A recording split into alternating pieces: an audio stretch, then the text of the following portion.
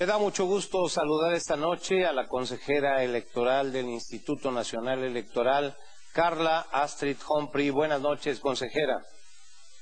Hola, buenas noches, Guillermo. Un saludo a ti y a tu auditorio. Muchas gracias. Gracias además por estar con nosotros. Han sido jornadas de trabajo exhaustivas, me imagino. Pues sí, un poco largas la sesión de ayer. Bueno, 3 sesiones, que en realidad fueron de 13 horas y media. Pero bueno, en los procesos electorales todos los días y horas son hábiles, así que pues sigamos con este ritmo que comenzará además a hacerse más intenso desde el próximo domingo que inician las campañas electorales. Sí, la verdad es que este es solo el inicio, pero vaya, inician a tambor batiente, habría que decir, porque el INE ha tomado decisiones que han sido muy comentadas, que han sido muy públicas, que algunos cuestionan, que algunos avalan, que seguramente no fueron fáciles en el seno del Consejo General. Platícanos lo que ha ocurrido en estas últimas horas. Bueno, el día de ayer tuvimos 3 sesiones importantes. Tomamos distintas medidas importantes para el proceso electoral respecto al COVID, a la salud de las y los mexicanos, y concretamente una que se debatió en 2 momentos distintos del Consejo General, una en la primera sesión y una en la segunda sesión, respecto a la cancelación o la negativa de registro a candidaturas a cargos de elección popular, distintos cargos de distintos partidos políticos, por haber incumplido sus obligaciones en materia de fiscalización.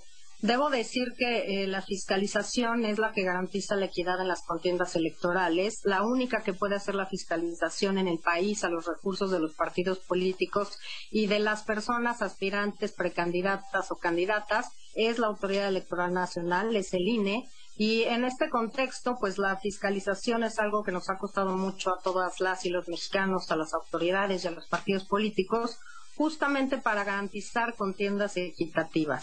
Los partidos están obligados a presentar distintos informes anuales, informes de campaña, informes de precampaña, y tal es el caso del día de ayer que conocimos los dictámenes respecto de los informes de campaña presentados en todas las entidades federativas. Recordemos que esta es la elección más grande de nuestra historia democrática, y por primera ocasión hay elecciones en todas las entidades federativas.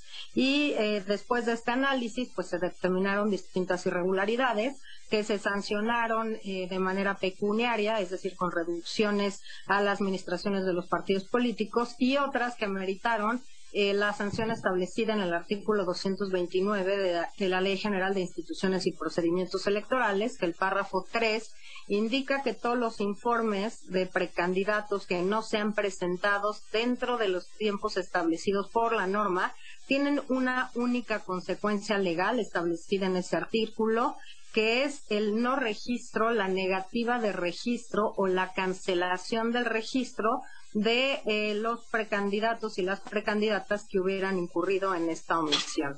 Es por esto que el Consejo General, de forma mayoritaria, determina la pérdida de registro, la negativa de registro en distintos casos para distintos cargos de elección popular, porque esa es la sanción que viene establecida en la ley. Se ha dicho que la sanción puede ser excesiva.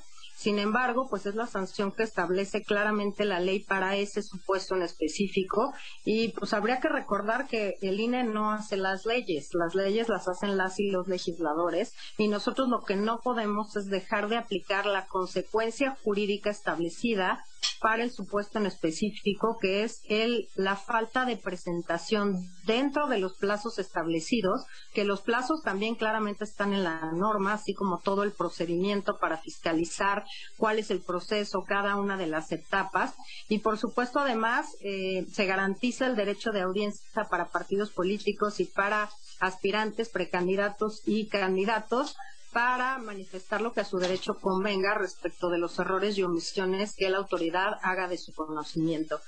Por tanto, pues la ley no la hace el INE, nosotros no somos jueces constitucionales, no podemos dejar de aplicar un artículo constitucional.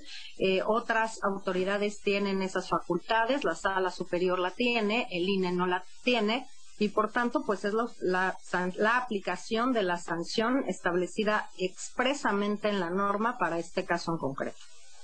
Hay dos casos muy particulares que han estado en los medios, el de Félix Salgado Macedonio, candidato de Morena a Guerrero, Raúl Morón, candidato de Morena al gobierno de Michoacán. Y bueno, yo entiendo que ustedes evaluaron muy claramente lo que estaba en juego y a pesar de saber que esto iba a tener una clara respuesta política negativa por parte de los aspirantes y sus partidos, tomaron la decisión de hacer preservar la ley. Eso es lo que yo entiendo, o sea, la ley dice a la letra lo que dice y ustedes cumplen con lo que dice la ley. Exacto, en el caso de encontrar o encontrarnos en la hipótesis normativa, es decir, en lo que señala la norma respecto al incumplimiento de la presentación de los informes, la consecuencia establecida en la propia ley es la negativa o cancelación del registro. No estamos interpretando, viene expresamente establecida en la Ley General de Instituciones y Procedimientos Electorales y además creo que tiene una razón de ser. Los plazos establecidos para la fiscalización que cada vez se ha hecho más corto y a partir de 2014 la única autoridad que fiscaliza es el Instituto Nacional Electoral, se han hecho más cortos los procedimientos justamente para tener datos más claros, mucho más rápidos del comportamiento financiero de los partidos políticos y de los sujetos obligados.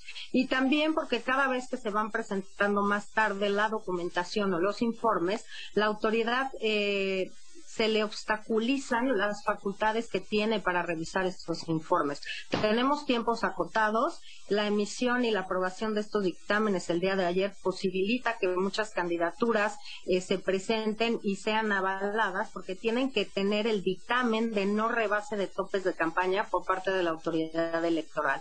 Así que si cada vez se nos presentan los informes más tarde, esta autoridad no puede desplegar todas sus atribuciones en materia de fiscalización, corroborar y cerciorarse con otras autoridades de la veracidad de lo reportado en los informes y por tanto pues se tiende a anular o a limitar las capacidades de fiscalización de la autoridad electoral. Es por eso que hay plazos claros que son aplicables para todos los partidos políticos, para todas las personas que participen dentro de los procesos electorales de los partidos políticos y también en una candidatura. Es responsabilidad solidaria, es decir, tanto del partido político como de la o el precandidato la presentación de estos informes. Tampoco es algo que nosotros estemos diciendo, sino que también lo establece la propia ley, la responsabilidad solidaria y la obligación de la autoridad de analizar las infracciones tanto que se cometen por los partidos políticos como por las y los precandidatos.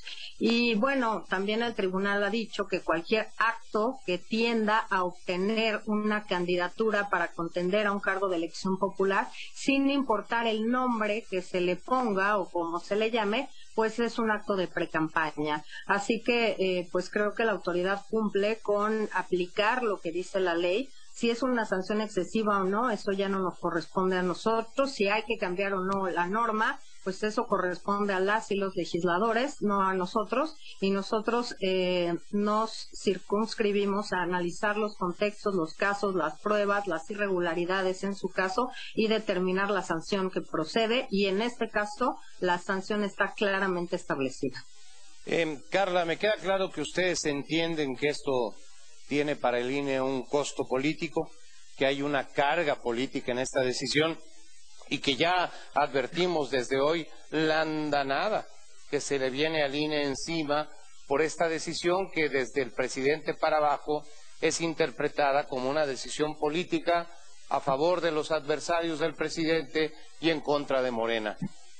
Dime qué están ustedes pensando, opinando, hablando en el seno del Consejo General sobre este tema. La verdad es que nosotros no tomamos en cuenta las consideraciones políticas, somos el árbitro electoral, nosotros nos tenemos que sujetar a un Estado de Derecho, a cumplir con las normas que se nos han dado para el ejercicio de nuestros cargos y sí nos han tocado momentos en que unos partidos políticos están de acuerdo con las decisiones que tomamos, otros no están de acuerdo. Creo que no tenemos que ser un árbitro cómodo para nadie, sino darle a la ciudadanía la seguridad que estamos cumpliendo con nuestras obligaciones obligaciones y estamos aplicando las leyes justamente tal cual están establecidas. Y en este caso, además, el sistema electoral está construido para que los partidos que sientan que se les están violentando sus derechos puedan acudir a la instancia jurisdiccional, a la Sala Superior del Tribunal Electoral del Poder Judicial de la Federación, precisamente para eso, para que de ser el caso, sea el tribunal el que resuelva estos casos y determine si la sanción que está establecida en la ley y que nosotros no podemos dejar de cumplir es excesiva para cada uno de los casos en concreto, y entonces la Sala Superior podrá confirmar, revocar o modificar pues las determinaciones que tomó el INE ayer en la primera y en la segunda sesión del Consejo General. Creo que las consideraciones políticas salen de nuestro análisis a la hora de tomar decisiones y justamente al contrario, tenemos que ver cómo hacemos las afectaciones menores a los partidos políticos y a las personas que están contendiendo o quieren contender o contendieron en una precandidatura para dar certeza a cada una de las etapas electorales. Ayer aquí en este espacio el senador panista Damián Cepeda lo dijo aquí en estos micrófonos, que le parecía excesiva la decisión del INE, porque el INE era como un elector que decidía en torno a un posible candidato sin dejar que ese candidato llegara hasta las urnas para que el pueblo decida sobre si debe ser o no debe ser diputado, gobernador o lo que sea. ¿Qué opinas de eso?